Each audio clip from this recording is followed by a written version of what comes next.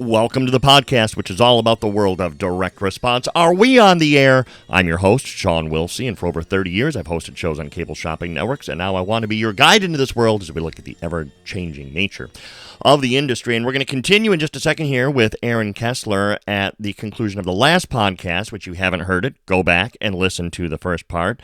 We had just finished talking about Shop HQ, and we're going to continue that conversation, but more importantly about Aaron, where your passion came from and your interest in all of this and getting into doing the research and doing the homework and figuring out about brand building and all of this. Where did this come from? There must be something in your youth, and we're going to psychoanalyze you, I guess, maybe a little bit now. But it's like, where in your youth did this come from? Because I don't see this in most hosts. This is unreal. That's a good question, actually. I grew up in the country. I grew up in northern Minnesota. It was a hobby farm. It's very removed from what my life is today. And I love it so much, but I think there's always a fascination. I remember being probably 7 or 8 years old. I was antique shopping with my grandparents, which we would do really frequently in the summertime. And I would look at these objects and like, there's something so fascinating. People love these things. There has to be a story. There has to be a draw. Like, what is it? Like, what is that chewy center of that object that makes people so drawn to things? And I think it was really through, and I still, of course, if you follow me on social media, have a great love of vintage, of antiques, of really unusual objects. But I do find so much joy. I'm like, the best items have a story, right? The best items have depth, have story, have creation behind them. So it really started back then. I remember like that first spark of looking at my grandparents shopping for these items, like there's something so fascinating here. Like, what's the draw? It almost becomes a sport, right? And it's been that for me. I don't play sports, like shopping and eating out. Those are definitely my sports. It's the two things I can be professional at. I'm laughing in particular because on Aaron's Instagram, was it last night or 2 nights ago, I was very intrigued by some restaurant that you were out and you were posting about. So I used to be a big foodie when I lived in Minneapolis, and Minneapolis has a great restaurant scene up there. That's one thing. I don't know if it's as good anymore, but when I was there, it was absolutely fantastic. I lived down on the corner. I had a condo on Washington and 2nd, and so I was walking distance to all the great restaurants downtown. In fact, since we're talking about your host, we'll get back to Shop HQ and about your home. Because your home was just featured. Was it in a magazine or what was it? It was. So Lake Society magazine here in the Twin Cities features, unique stories, unique architecture. They, right at the beginning of the pandemic, actually featured the Minnetonka House. Back when I was with Brian, we had a much different aesthetic, right? It was Regency, it was glam, it was maximalism. And that, like, my aesthetic back then, I always say, was stuff on top of stuff on top of stuff. Like, just keep stacking it. It gets infinitely more interesting. Yeah. I'm like, it's infinitely more interesting and difficult to clean, of course. But it was so much fun. They featured years ago the first issue.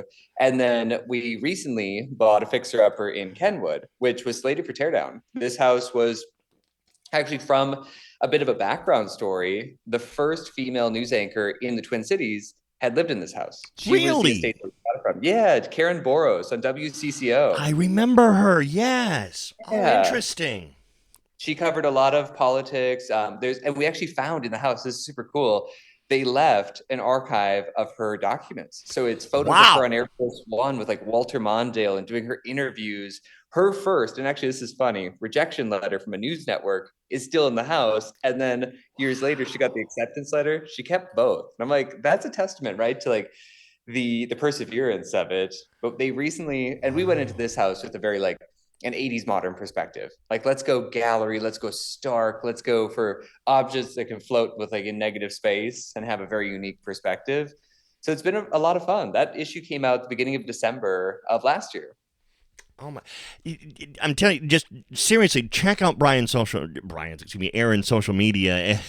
And it's not the first time that's happened. I knew I was going to do that at some point. I had the seed planted in my head already.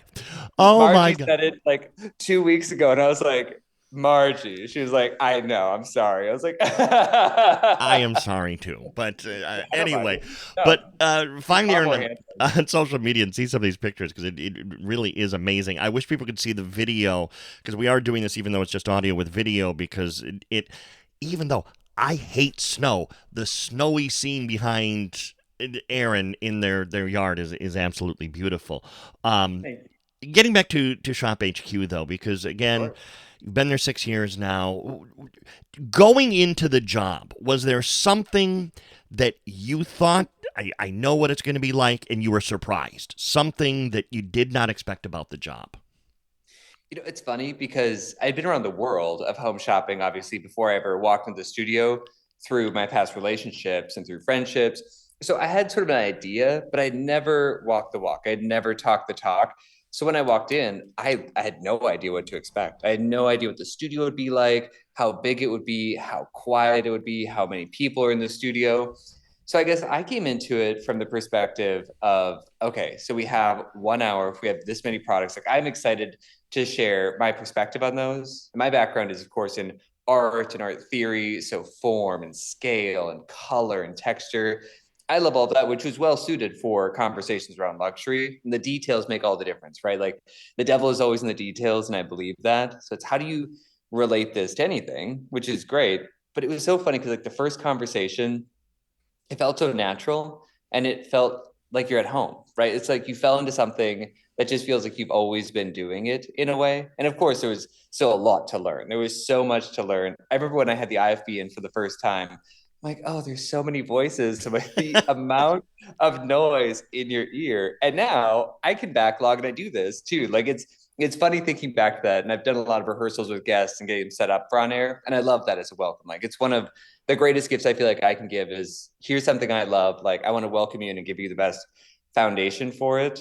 But now thinking like through my recent shows, especially a very technical show or like a very in-depth show, I backlog usually 5 to 7 lines of information, and the producer can be telling me something. I'm like, great. I know how many are left in that. I know the percentage. I know the order of popularity. So I always have my bullet list in the back of my mind, which I can be building that as I'm still talking. And it's one of those funny things. Like the left hand and the right hand can be doing very different things. But compare that to my first day, my first show, I would have been, swamped. I would have been bowled over to realize the amount of skill it takes you have to acquire over time. People don't realize the IFB, by the way, again, that's the earpiece that we have to wear, and they don't realize how many voices we do hear in our head, and we can't let that stop us from doing the job. And so Right. it's one of those small little things that is actually a very big thing when you're out there and you're trying to do your job. The question I have to ask you, because people ask me this Yeah. question all the time: a moment you regret, a funny moment, a moment you regret, a moment you wish hadn't happened. There has to be something that you comes to mind. So many, probably so That's many. usually my answer too. Yeah, which one do you uh, want? yeah, I was gonna say there has to be Yeah, a whole nother podcast yeah. episode. One of my well, it was actually my first show ever as a host. Once I had gone from guesting into hosting and was, getting my feet wet. It was a Bernie Mev show. It was a shoe show. The guest was Skyping. And just so happened, of course, it's the first presentation. I have a white shoe in my hand. I tip it forward. The world's largest housefly is sitting in the sole of the shoe. And I'm like, great. Oh, Has never happened again. Will never happen again. But I'm like, it's the first product that I'm on air trying to tour as a host. And of course, there's a giant fly sitting right there. I mean, ooh. I, there are so many that from an uncensored standpoint, yes, absolutely. Yeah. I've also learned to slow down certain phrases. That it was in a sunglass show. Face, shape, and fit. If said too quickly, become a whole nother world of words. I can It's like, see already. I'm not going to play it on microphone, but yes, I can see how that could become a I problem. had to Yes. pause and I was like, I'm so sorry. What I meant to say was, but what I actually said. Just think about it, people. It's yeah, you'll figure out exactly what he means. So, uh, oh my gosh, uh, as you look back at again at all the different we talked about the guests and the people that you've worked with.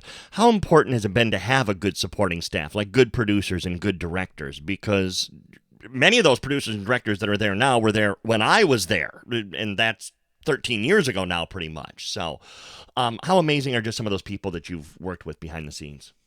it's foundational. It's fundamental. It's one of the things that allows me to have the space to play and to really bring the viewer into that conversation. And I'll take Saturdays as an example. I work all the time with Tom Dahl as my producer and then Trevor as my director. And that hive mind, when you hit a good thing, when you hit the secret sauce. Everyone's of the same mindset. And we, as a trio, typically do either a consult with the Dr. Dubrow shows, or we'll do an Eismer show with Manuela, something that has a lot of support, a lot of technical things to talk about there, and a lot of movement in the show from a support standpoint. And it's one of those things when when it clicks, right? Like, when your team is absolutely on the same page, you're all coming to it with 120%. Because I'll be out there doing my thing, jabbering away, talking about a serum. And then I know where I'm going next. And Tom's already in my ear with exactly the same thought, and never distracting. It's always right there. And I'm like, you feel that support. So I always say, like, there's a difference between ego and confidence, right? Ego is like, I win. Confidence is we win as a team. And I always go into the shows with the most confidence that I have my team has me. And it's something that when it works, when it clicks. And it's such an invaluable thing as a host to have that from all levels. Producer, director, the graphics that pop up on the screen, the visual that's next to you. So I've always believed too in like supporting them. And I love a shout out. Like, I love a staff appreciation. I love behind the scenes. It's not just me. It's not just me and the guests. Like, there's a world behind this supporting us to make it look so smooth on the surface. Where can people find you on social media? Instagram and Facebook, Aaron Kessler, Shop HQ. And I'm posting a lot. I'm always out there posting stories, something. I'm very easy to find. And can I point out, too, it's good stuff. It's not reposting of the same old meme that everybody else has. It's when he posts something, it's actually usually kind of interesting. Like I said, even if it's just touring a restaurant or a place. Speaking of, it's since, again, you're living, for those that don't, unaware, Kenwood, where he lives, is not far from downtown where I used to live. If someone's visiting Minneapolis or lives in Minneapolis, what's the hidden gem restaurant that they need to be going to? Ooh, I love this. This is really like at the heart of what I love. The Kenwood restaurant off Lake of the Isles. It is a fantastic brunch, dinner spot. It has plaid fabric wallpaper. Wow. It has old English feel, and a no attitude situation too. So it's one of those places, if you want a fancy dinner, if you want to come from the gym and go grab brunch. I would say, let me think downtown though, in North Loop. There's a Japanese whiskey bar above a Japanese restaurant. The restaurant is Karanomiise. The second floor bar is Gori Gori Pekyu. It's an interesting name. The darkest lighting, which I adore. I want to walk into a space and like have to kind of squint to see what's at the other end of the room. They have the best selection of Japanese whiskey. Love and adore the team there. So those would be two that I definitely always go towards. Do you have a favorite? I'm afraid that the place I used to love, I just found out recently, has closed. Bombay Bistro was an Indian restaurant downtown. It was fantastic. Yeah. It was so good. That was my go-to. And then when during the non-compete period after I left, I pretty much made daily trips to Barrio, which I think is still there on Nicollet Mall. It is. And I learned a lot about tequila, and they have great Mexican food. Yes, in Minneapolis, really amazing Mexican food. So a man after my own heart. Yeah. A good glass of tequila or mezcal. Monte Carlo, in the summertime specifically. An institution. I haven't been, oh my gosh, I haven't thought of them in 20 years probably. That's still around. Still there, still kicking. The wings, oh my God. They have a Chinese 5-spice blend on like the most perfect fried wing you've ever had, and then pair it with like an orange martini. Or I will say, I ordered a glass of mezcal there during the summer last year. It was a DOF. She filled it almost to the brim. And I was like, well, that's a bit much. That's a very hard pour. But it's the old school kind of restaurants that I love. Okay, 5 people are still listening to this at this point. Nobody cares about our conversation, but I hope you do check those places out, because especially Monte Carlo, that is a classic. Aaron, we'll do this again, and I'm sure. It's just, you are fantastic, and I really appreciate you taking the time. Shawn, it's such a pleasure. Thank you so much. I'm so honored to be on for the first time with you. Oh, my pleasure. We'll do it again. Aaron Kessler. Thank you, Shawn. Please subscribe wherever you get your podcasts so you never miss a show. Plus, you can listen to the archive of past shows. I hope you'll check me out on Facebook, YouTube, both by looking up Shawn Wilson on Instagram, and on Threads at SWillsee. Next show, Bob Circosta is going to be joining us. So make sure that you're here for the next podcast as we take a look back at HSN and what made HSN so great on their pending move to Pennsylvania. Again, thank you for downloading this edition of Are We on the Air?